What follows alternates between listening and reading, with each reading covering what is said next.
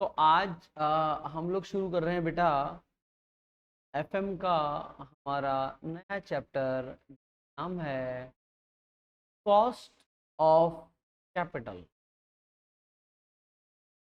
चलिए, तो बच्चों ये जो चैप्टर हम पढ़ रहे हैं हमारे फाइनेंशियल मैनेजमेंट का चैप्टर है कॉस्ट ऑफ कैपिटल।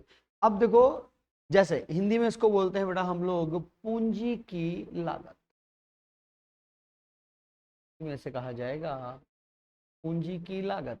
ठीक है, और इंग्लिश में बोलते हैं cost of capital. Now as the name suggest, जैसा कि आपको नाम से ही पता पड़ रहा है कि कॉस्ट किसका कॉस्ट, कैपिटल का कॉस्ट, यानी कि आपने बिजनेस में जो पैसा लगाया है अलग अलग रिसोर्सेज से लेके उसको आपको कितनी कीमत चुकानी पड़ेगी। तो सबसे पहले देखो, आप ये समझो, मान के चलिए अगर मैं आपको बोलूँ कि भाई आप किसी बड़ी कंपनी के सीएफओ हैं, ठीक है, और मैंने आपको पूछा, मैंने कहा बताओ भाई अपने को पैसे की ज़रूरत है, पैसा अपन कहाँ कहाँ से अरेंज कर सकते हैं। तो देखो, बिजनेस में पैसा कहाँ कहाँ से अरेंज हो सकता है। तो कहाँ से अरेंज हो सकता है, या तो आप मार्केट में क्या इशू कर सकते हैं बेटा, आप मार्केट में अपना इक्विटी शेयर इशू कर सकते हैं, या फिर आप क्या कर सकते हैं, आप मार्केट में अपना प्रीफरेंस शेयर इशू कर सकते हैं, है ना। सेकंड ऑप्शन में ये भी रहता है प्रेफरेंस शेयर, या फिर और क्या क्या ऑप्शन है बेटा बताइए। हम्म, हाँ बिल्कुल ठीक है। देखिए, तो ऑप्शन बिल्कुल ठीक बोल रहे हैं बच्चे, वो ये कि सर हम लोग डिबेंचर भी इशू कर सकते हैं। तो आप चाहें तो मार्केट में क्या इशू कर सकते हैं, डिबेंचर। और बैंक लोन, हाँ बैंक लोन ले सकते हैं, लेकिन बैंक लोन देखा जाए तो काफी कुछ डिबेंचर की तरह ही होता है बेटा, है ना। डिबेंचर भी एक तरह का लोन पेपर होता है, और बैंक लोन तो लोन आपका है ही सही। और एक आपका होता है खुद का पैसा भी, तो आप इसमें इन्वेस्टमेंट करते हो, जिसको हम लोग बोलते हैं रिजर्व एंड सरप्लस। जो आपका खुद का पैसा है जो बिजनेस में यूज किया जाएगा। देखो, ये चार अलग अलग हमारे पॉइंट ऑफ रिसोर्स हैं जहां से हमें पैसा मिल सकता है, लेकिन बदले में हमें बेटा इसकी कीमत तो चुकानी पड़ेगी, फोकट में तो पैसा मिलेगा नहीं। जैसे मान के चलिए इक्विटी शेयर है, तो इक्विटी शेयर को क्या देना पड़ता है भाई, इक्विटी शेयर को देना पड़ेगा डिविडेंड। प्रेफरेंस शेयर को भी क्या देंगे, प्रेफरेंस शेयर को देंगे आप डिविडेंड। डिबेंचर को क्या देंगे भाई, या बैंक लोन को। तो इस पे क्या चुकाना पड़ता है, इस पे चुकाना पड़ता है बेटा हमें इंटरेस्ट। फिर रिजर्व एंड सरप्लस। अब देखो, रिजर्व एंड सरप्लस की बात आती है तो हम बोलते हैं कि यार रिजर्व एंड सरप्लस तो खुद का पैसा है, लेकिन खुद के पैसे पे क्या चुकाएं। तो बेटा खुद का पैसा, खुद मतलब कौन, कंपनी का ओनर कौन होता है, इक्विटी शेयर तो होता है। तो जिस तरह से इक्विटी शेयर को आप डिविडेंड दिया जाता है, उसी तरह से इस पे भी हम लोग एक एक्सपेक्टेड डिविडेंड लेके चलते हैं, ठीक है, जिससे इसकी कॉस्ट को निकाला जाता है। क्योंकि अगर ये पैसा जो मेरा रिजर्व एंड सरप्लस में बेटा, अगर मैंने बिजनेस में नहीं लगाया होता तो फिर ये कहाँ, तो अगर मैंने बिजनेस में नहीं लगाया होता तो कहीं ना कहीं मुझे इसे दूसरे के लगाने से पैसा मिलता, अपॉर्चुनिटी कॉस्ट मेरी बनती, वो यहाँ पे लिया जाता है। तो आप समझ सकते हैं देखो, कि कहीं से भी पैसा जो है वो फोकट में तो नहीं आ रहा है, ठीक है।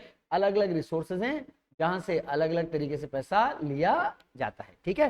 तो इसमें हम लोग यही देखते हैं बेटा कि हम लोग किस तरीके से पैसे का अरेंजमेंट करें, ताकि कम से कम पैसा लगा के हमारा ज़्यादा से ज़्यादा काम हो जाए। यानी कि मैं जो पैसा बोरो कर रहा हूँ, मैं जो मार्केट से पैसा ले रहा हूँ, मुझे उसके बदले में कम से कम कीमत चुकानी पड़े, ठीक है। चलिए, तो हम लोग एक एक करके पहले चारों में देखते हैं कि कॉस्ट कैसे निकाली जाती है, ठीक है। चलिए, तो उसके पहले आप थोड़ा सा लिख लें इसमें, है ना। चलिए, तो लिखना शुरू करें बेटा, लिखें। In any business entity, in any business entity,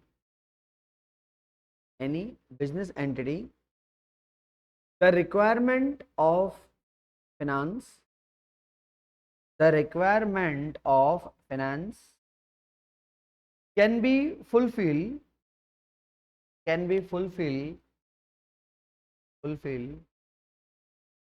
by any, by any of the following resource, any of the following resource, following,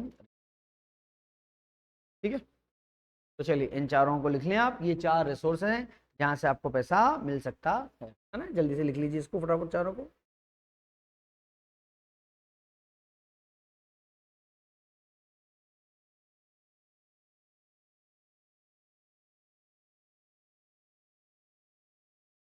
हाँ जी, लिख लिया। Equity share, preference share, debenture और बैंक लोन, और एक आपका क्या हो जाएगा, रिजर्व एंड सरप्लस। ठीक है, चलिए तो बढ़ते हैं हम आगे। और देखिए सबसे पहले हम लोग, क्योंकि जो बुक में आपके सीक्वेंस में क्वेश्चन दिए हैं उससे करेंगे, तो सबसे पहला पॉइंट आप लिखें, कैलकुलेशन ऑफ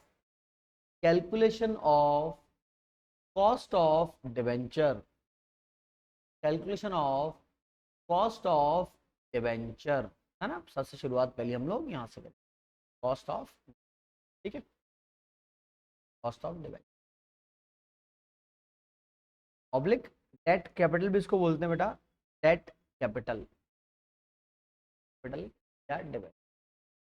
अब देखो इसमें आप एक चीज समझिए, आप डिबेंचर की कॉस्ट निकालेंगे, तो डिबेंचर की जब आप कॉस्ट निकालेंगे तो पहले आपको बेटा ये देखना पड़ेगा कि आपका जो डिबेंचर है वो किस कैटेगरी का है। देखो बेटा डिबेंचर है ना, दो तरह के होते हैं। दो तरह के कौन कौन से होते हैं, एक तो होते हैं परपेचुअल, परपेचुअल या इसको मैं बोल दूं इररिडीमेबल, इररिडीमेबल, हिंदी में इसको बोलते हैं अशोधनीय, ठीक है, अशोधनीय, इररिडीमेबल। और एक होते हैं बेटा आपके रिडीमेबल, ठीक है। तो एक तो होते हैं इरिडीमेबल और एक होते हैं आपके रिडीमेबल, है ना, डबल ही आएगा। देखो दो तरह के डिबेंचर होते हैं, एक होते हैं रिडीमेबल, एक होते हैं आपके इरिडीमेबल। बोले सर हमें कैसे पता पड़ेगा, बेटा अगर आपको डिबेंचर के साथ ये बता दिया जाए कि कितने टाइम बाद इसका रीपेमेंट किया जाएगा। देखो बैंक लोन हमेशा रिडीमेबल होता है, क्योंकि जैसे आप जब बैंक से लोन लेते हो, तो बैंक से लोन लेते हो तो आपको टाइम पता होता है ना कि भैया कौन से टाइम पे इसका हमको रीपेमेंट करना है ना। तो अगर आपको टाइम पीरियड पता है, यानी कि क्वेश्चन में दिया जाए कि हमने डिबेंचर इशू करे, है ना, जो आप 5 साल बाद या 10 साल बाद रिडीमेबल हैं, तो अगर आपको टाइम पीरियड देता है तो वो डिबेंचर कौन सा होता है, रिडीमेबल होता है। लेकिन अगर टाइम पीरियड नहीं दिया जाए कि भैया इसका रिडम्पशन कब करेंगे, तो वो होता है आपका परपेचुअल या फिर इररिडीमेबल डिबेंचर, ठीक है। तो दो तरह का होता है, यहाँ पर टाइम नहीं होगा, no time will be given, no time will be given यानी कि टाइम नहीं दिया जाएगा, जबकि उधर वाले में आपको टाइम दिया जाएगा। तो डिबेंचर क्या टाइम दिया गया है या फिर टाइम नहीं दिया गया है, ठीक है। चलिए दो तरह के हो गए, तो पहला वाला लिखे आप बेटा, calculation of, calculation of cost of debenture, cost of debenture for perpetual debt या परपेचुअल डिबेंचर, परपेचुअल डेट या परपेचुअल डिबेंचर, ठीक है बेटा। चलिए अब आप समझिए इसमें एक्चुअल में हम लोग किस तरीके से कैलकुलेट करते हैं। सबसे पहले मैं आपको बताना चाहूंगा कि इसका जो साइन लगाया जाता है वो लगाया जाता है केडी, क्या लगाया जाता है, केडी। अब जब भी आप ये कॉस्ट वगैरह कैलकुलेट करते हैं तो इसको कैलकुलेट करने का फॉर्मूला क्या होता है, तो मैं आपको बताता हूँ।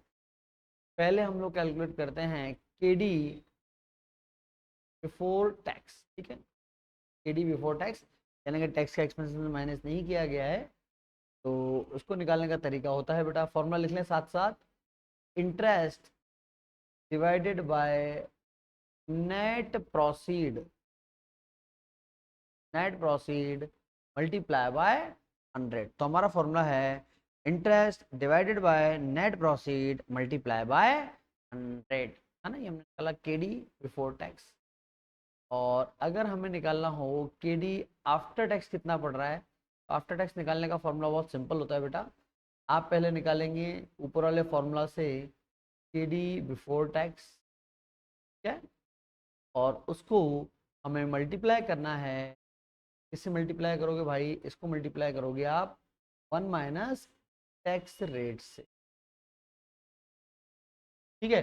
तो फॉर्मूला क्या लिखा हमने पहले, सबसे पहले केडी बिफोर टैक्स निकालने का क्या फॉर्मूला है, interest divide by net profit multiply by 100, ठीक है। और आफ्टर टैक्स निकालने का फॉर्मूला, पहले बिफोर टैक्स निकाल लो और फिर उसको 1 माइनस टैक्स रेट से मल्टीप्लाई करेंगे, है ना। जैसे मान के चलिए मैं आपको एग्जाम्पल दे रहा हूँ, से अगर आपकी कंपनी बोल रही कि हमने डिबेंचर इशू करे, 9% डिबेंचर इशू करे, जिसका फेस वैल्यू कितना है, 100 रुपये का शेयर है, हम मान के चल रहे हैं कि 100 रुपये हमारे पास आ गया, है ना, नेट प्रॉफिट 100 रुपये। तो पर डिबेंचर इंटरेस्ट कितना दे रहे हो आप, 9 रुपये, डिवाइडेड बाय नेट प्रॉफिट 100 रुपए मल्टीप्लाई बाय 100, यानी कि केडी बिफोर टैक्स तो कितना आएगा आपका। अगर मैं आपको बोलूंगा क्वेश्चन में दिया हुआ है कि भैया आपका टैक्स रेट है 30%, तो इसका क्या फर्क पड़ेगा देखो। तो आपने केडी बिफोर टैक्स कितना लिखा है बेटा 9%, multiply by 1 minus tax rate करेंगे, टैक्स रेट 30%, 30% को क्या 0.03 लिख सकते हैं बेटा आप, है ना, लिख सकते हैं। चलिए तो कितना हो जाएगा, अंदर बच जाएगा आपका 0.7 बच जाएगा, 7 से करेंगे तो आ जाएगा 6.3। तो हमारा जो cost of debenture after tax आएगा वो कितना आएगा 6.3 आएगा। ठीक है, चलिए इसमें मैं एक चीज आपको लिखाना चाहूंगा कि एक्चुअल में नेट प्रोसीड आपने लिखा है, नेट प्रोसीड का मतलब क्या होता है, साथ साथ लिखेंगे मेरे। देखो बेटा, नेट प्रोसीड का मतलब होता है कि जो भी आपके डिवेंचर का इशू प्राइस रहेगा, तो नेट प्रोसीड का मतलब ये आपके हाथ में कितना पैसा आया, तो इशू प्राइस है ना। लेकिन इसमें से हम लोग माइनस करते हैं, हम लोग क्या माइनस करते हैं, अगर आपने कोई डिस्काउंट दिया है, सॉरी प्राइस आपने पहले लिख लिया तो इशू प्राइस में डिस्काउंट आपका हो गया, हम लोग इसमें से माइनस करेंगे expense of issue, expense of issue.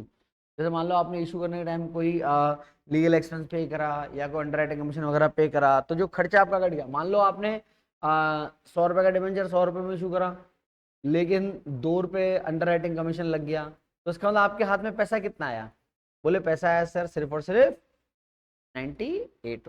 ठीक है, चलिए तो ये जो हमारा फॉर्मूला है, ये फॉर्मूला किस चीज का है, ये हमने फॉर्मूला लिखा है बेटा, it is calculation of perpetual debenture. और परपेचुअल डिबेंचर का मतलब ऐसा डिबेंचर जिसमें हमें क्या टाइम दिया जाएगा, no, the answer is no, जिसमें हमें टाइम नहीं दिया जाता। ठीक है बेटा, उसका कैलकुलेशन इस तरीके से किया जाता है। चलिए अब बढ़ते हैं हम लोग आगे। अगर हमारे पास जो डिबेंचर है अगर वो रिडीमेबल हो तो कैसे कैलकुलेट करेंगे, है ना। तो अगला पॉइंट लिखें, calculation of calculation of cost of capital, calculation of cost of capital, cost of capital in the case of, in the case of redeemable debenture, redeemable. ठीक है, चलिए तो फॉर्मूला लिखेंगे, रिडीमेबल डिबेंचर का कॉस्ट कैसे निकालते हैं। तो केडी बिफोर टैक्स निकालने का जो तरीका होता है बेटा वो समझिएगा। फॉर्मूला है आपका I plus M V minus N P upon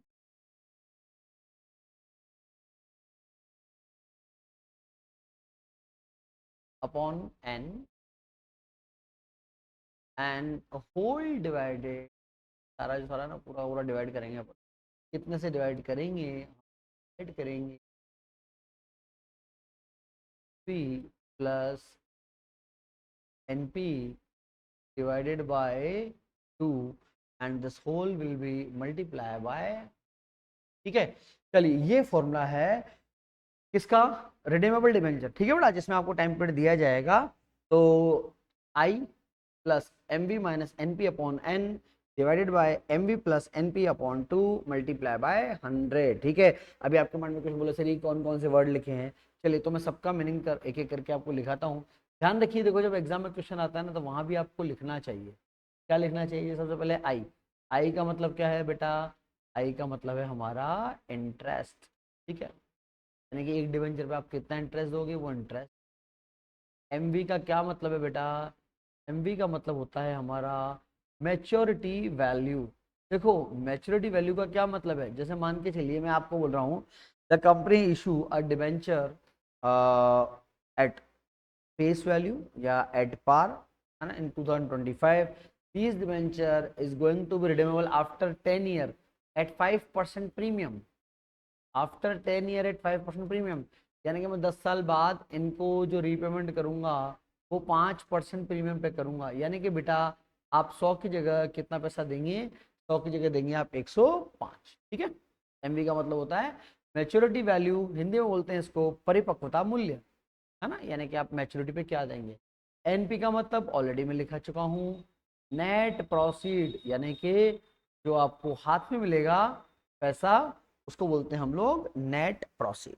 ठीक है, फिर आप यहाँ देख सकते हैं एक लिखा हुआ है, देखो मैंने आई लिखा दिया, एमवी हो गया, एनपी हो गया, और स्मॉल सॉरी कैपिटल एन लिखा है। तो एन का क्या मतलब बेटा, एन का मतलब होता है number of years, number of year, ठीक है, यानी कि कितने साल बाद आप इसका रिडम्पशन करेंगे, ठीक है। बाकी मुझे लगता है 100 और 2 का मीनिंग लिखाने की कोई ज़रूरत नहीं है, ठीक है। चलिए जल्दी से ही फॉर्मूला लिखें और ये मीनिंग लिखें बेटा। ये के डी बिफोर टैक्स का हमने फॉर्मूला लिखा और ये सब उसके हैं मीनिंग, ठीक है। चलो जल्दी से लिखो ताकि हम लोग फिर आगे बढ़ेंगे, इसमें नेक्स्ट करेंगे। पर छू कर मेरे मन को या तू क्या इशारा,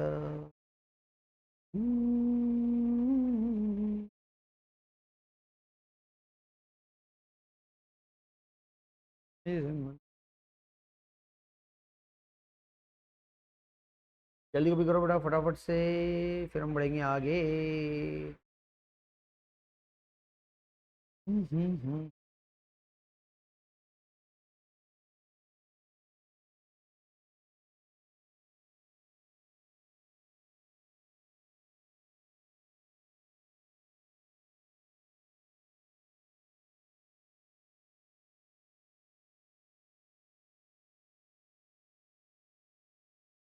हाँ जी बेटा हो गया कॉपी, आगे बढ़े क्या? चलो आगे बढ़ते हैं हम लोग। ये तो हमने लिखा बेटा फॉर्मूला के डी बिफोर टैक्स का। बोले सर अगर आफ्टर टैक्स करना हो तो क्या करें, तो अगला लिखें के डी आफ्टर टैक्स। अब इसको के डी आफ्टर टैक्स बनाना हो तो कैसे करते हैं मैं आपको बताता हूँ। यही फॉर्मूला के डी आफ्टर टैक्स का बन जाएगा। कैसे बन जाएगा समझना आप, है ना, लिखना बाद में बेटा, समझो पहले इधर। मैं फॉर्मूला किस चीज़ का मैं बना रहा हूँ अभी फॉर्मूला, मैंने इसलिए पेन का कलर चेंज कर दिया, नहीं कि मैं क्या क्या चेंज करूंगा आपको पता लग जाएगा। के डी आफ्टर टैक्स निकालेंगे, क्या करेंगे, ये जो आई है ना बेटा, इस आई को मल्टीप्लाई करना है अपने को, ठीक है। इस आई को किससे मल्टीप्लाई करना है बताओ, इस आई को मल्टीप्लाई करना है 1 माइनस टैक्स रेट से।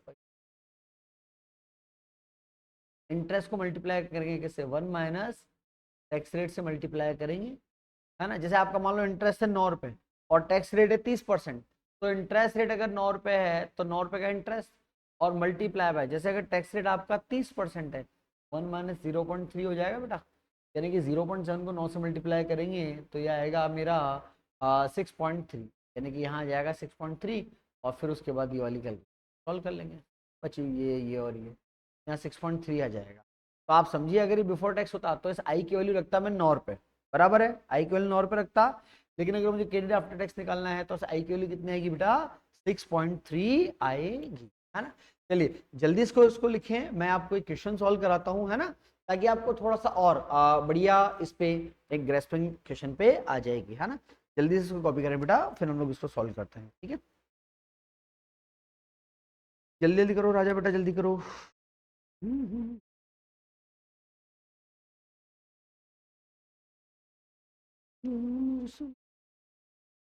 क्या कहना लालच नरिया।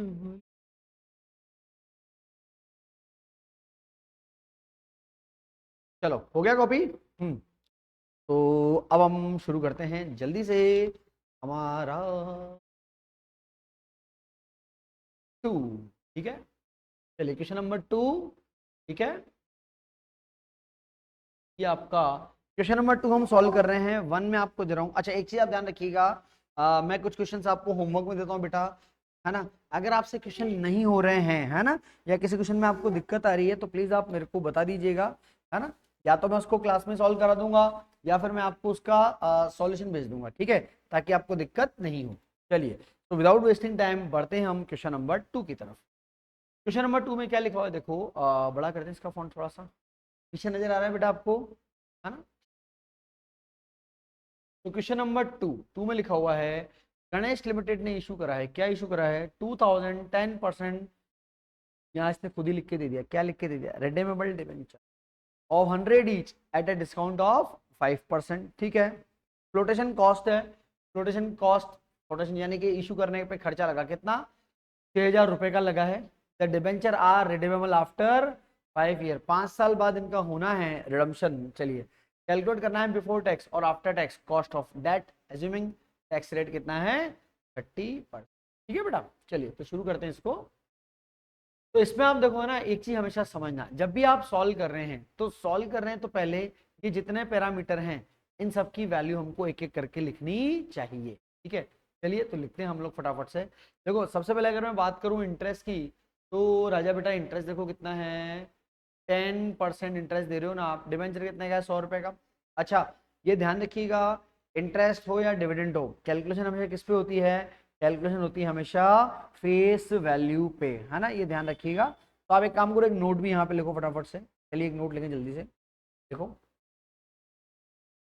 Interest, interest and dividend, interest and dividend, dividend will be calculated, dividend will be calculated on face value, calculated on face value।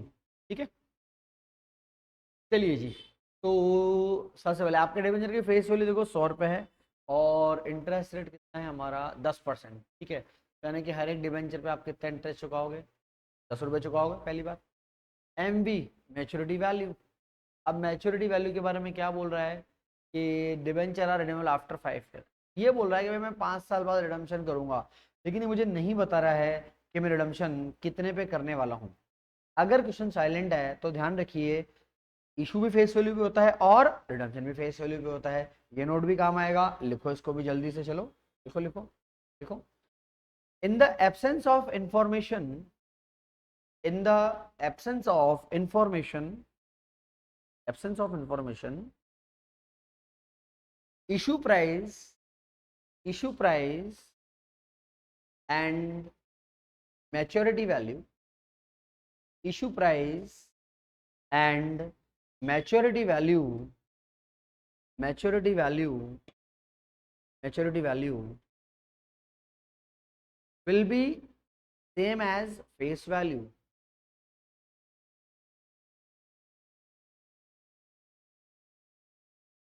will be same as face value, है ना। जैसे 100 रुपये face value है तो मान के चलने की रिडम्पशन वैल्यू भी कितनी होगी हमारी, 100 रुपये ही होगी। ठीक है, तो भैया ये भी कितना हो गया, 100 रुपये हो गया। फिर आ जाओ आप देखो नेट प्रॉफिट। अब नेट प्रॉफिट कैसे निकालोगे आप, आपका 100 रुपये का डिबेंचर है, कैसे इशू कर रहे हो, 5% डिस्काउंट पे। फ्लोटेशन का कुल खर्चा 6,000, देखो 6,000 रुपये फ्लोटेशन का खर्चा है कितने डिबेंचर पे, 2,000 रुपये, और 6,000 रुपये की कॉस्ट है, 2,000 रुपये, यानी कि हर एक डिबेंचर को इशू करने के लिए क्या 3 रुपये लगे क्या बेटा आपके, लगे ना आपके 3 रुपये, है ना। चलिए अब अगर मेरे को नेट प्रॉफिट निकालना हो तो इशू प्राइस कितना था हमारा 100 रुपये, -5 का डिस्काउंट तो 95 तो आपका हो गया इशू प्राइस, है ना, और माइनस खर्चा कितना लगा फ्लोटेशन का 3 रुपये, यानी कि हर एक डिबेंचर को इशू करने से आपके पास कितने पैसे आएंगे बेटा, आपके पास आएंगे 92। ठीक है, 100 रुपये फेस वैल्यू है, 5 रुपये का डिस्काउंट है, 3 रुपये का मेरा है फ्लोटेशन का। नंबर ऑफ ईयर मेरे को क्वेश्चन में दिए हुए थे कि 5 साल है। चलिए साहब एन की वैल्यू आ गई 5। तो आप देख सकते हैं सारी वैल्यू आ गई बेटा, है ना। अब हम वैल्यू पुट करना चालू करें, पहले हम यहाँ निकालेंगे आपका के डी बिफोर टैक्स निकाल के बताता हूँ, है ना, फिर मैं आपको आफ्टर टैक्स में निकाल के बताऊंगा। चलिए तो लिखिए आप पहले जल्दी से, क्या कैलकुलेट करेंगे, कैलकुलेट करेंगे के डी बिफोर टैक्स। पहला ही क्वेश्चन सारा निकलवा के बताता हूँ। चलो भैया तो हम निकाल रहे हैं के डी बिफोर टैक्स। अब अपन वैल्यू रखते जाते हैं बेटा इस फॉर्मूले के अंदर, ठीक है, यहाँ वैल्यू रखते हैं। सबसे पहले आई, इंटरेस्ट कितना था भाई, तो इंटरेस्ट था हमारा 10 रुपये का, है ना, 10 प्लस मैच्योरिटी वैल्यू कितनी थी 100 रुपये, नेट प्रोसीड कितना था 92 रुपीज़, कितने साल बाद का मामला है 5 साल बाद का, whole divided by M V plus N P divided by 2 और मल्टीप्लाई बाय 100। चलिए इसको जल्दी से सॉल्व करेंगे। जब आप सॉल्व करेंगे तो ऊपर कितना आ रहा है, ऊपर तो आएगा 10 प्लस, अब कितना बचा 8, 8 में 5 का डिवाइड लगाओ, 8 डिवाइड बाय 5 तो आएगा 1.6। ठीक है, और नीचे 100 + 92 यानी कि 192। 192 में जल्दी से डिवाइड लगाएंगे, 2 रुपये का, 2 रुपये का सॉरी 2 का 192/2, तो ये आ रहा है मेरे पास 90 और मल्टीप्लाई बाय 100 यानी कि 11.3 डिवाइड बाय 96 मल्टीप्लाई बाय 100।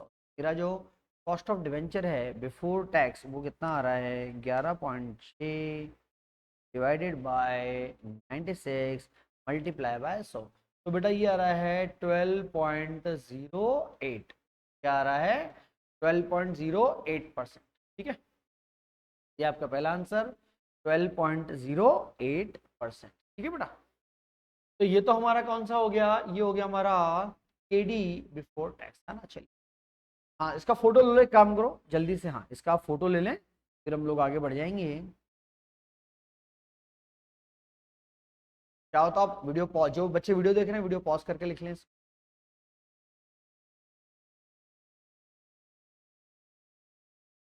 चलिए अब मैं आपको बताता हूँ, ये तो हो गया बिफोर टैक्स। आफ्टर टैक्स कैसे निकलेगा देखना बेटा, क्या निकाल रहे हैं हम निकालेंगे KD after tax. After tax में खाली होता है जो इंटरेस्ट है ना, उसको 1 माइनस टैक्स रेट से मल्टीप्लाई करके लिखना है यहाँ पे। कैसे समझना, आपका इंटरेस्ट कितना था बेटा, 10 रुपये का था ना, multiply by 1 minus tax rate कितना है, टैक्स रेट है 30%, तो 1 माइनस 30% यानी कि 0.30 आएगा बेटा। 10 को 0.7 से मल्टीप्लाई करेंगे तो इंटरेस्ट कितना आएगा, 7 रुपये का इंटरेस्ट, यहाँ 7 आ जाएगा, बस ये फर्क पड़ेगा। तो यहाँ जैसे ही 7 आ जाएगा, देखिए आपका आंसर कितना हो जाएगा, अभी चेक कर लेते हैं हम लोग। चलिए 7 आ जाएगा तो ऊपर तो आ जाएगा 7 प्लस वही 8/5 यानी कि 1.6, नीचे कितना आ जाएगा 96 मल्टीप्लाई बाय 100, तो 8.6/96 मल्टीप्लाई बाय 100। ठीक है,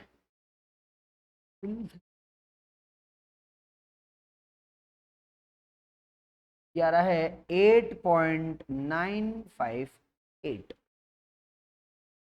8.958%।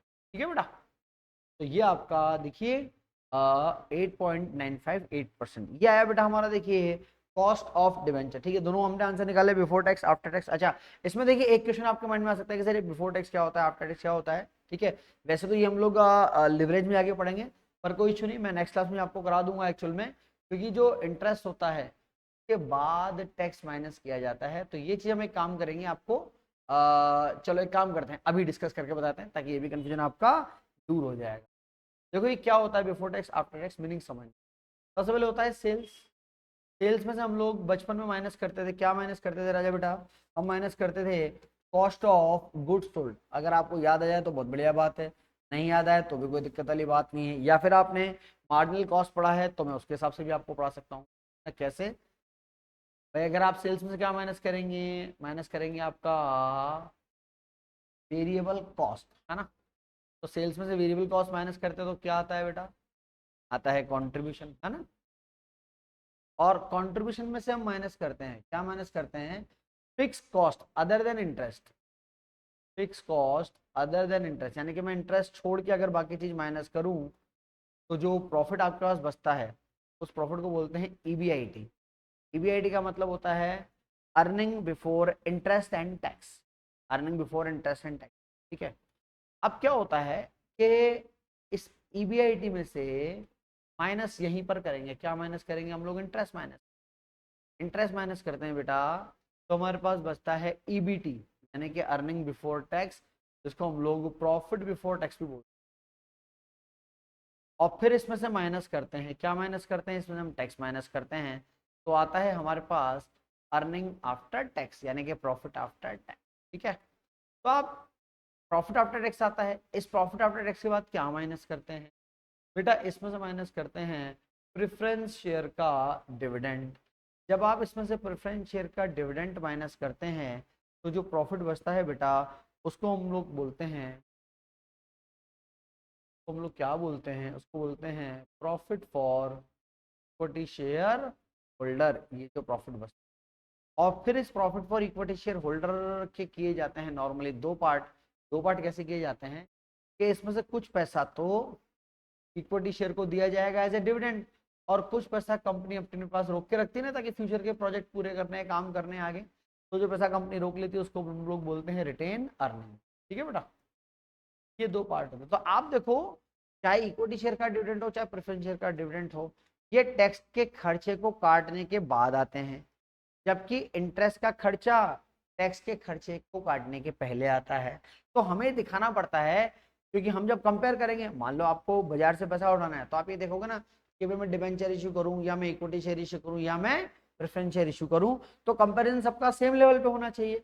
तो मैं डिबेंचर का कंपेयर प्रेफरेंस शेयर की कॉस्ट से और इक्विटी शेयर की कॉस्ट से कर पाऊं, इसलिए मुझे इंटरेस्ट भी आफ्टर टैक्स लेके कंसिडर करना पड़ता है। ठीक है, अभी मैंने एक शॉर्ट में बताया, डिटेल में हम लोग जब आगे एक चैप्टर पढ़ेंगे बेटा लेवरेज है ना, तो मैं वहां आपको और बता दूंगा। अभी मैं सिर्फ इतना सा आपको बता रहा हूँ, और आप इतना ही समझने की कोशिश करें कि क्योंकि इक्विटी शेयर का डिविडेंड और प्रेफरेंस शेयर का डिविडेंड टैक्स के एक्सपेंस के बाद लेस किया जाता है ना, तो आपको इंटरेस्ट भी कंसिडर करना पड़ता है कि मान लो अगर इसको भी टैक्स के बाद माइनस किया जाता तो कॉस्ट कितनी कैलकुलेट होती।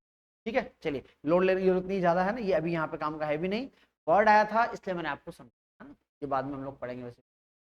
चलिए, अब आज के लिए एक छोटा सा प्रसाद आपको देता हूँ। क्वेश्चन नंबर देखिए, जो आपका 1 है, वो 1 जो है वो रहेगा आपके लिए होमवर्क। ठीक है बेटा, चलिए, तो एक क्वेश्चन मैंने करा दिया, एक आपके लिए होमवर्क है। मिलेंगे आपसे अब अगली क्लास में। Thank you.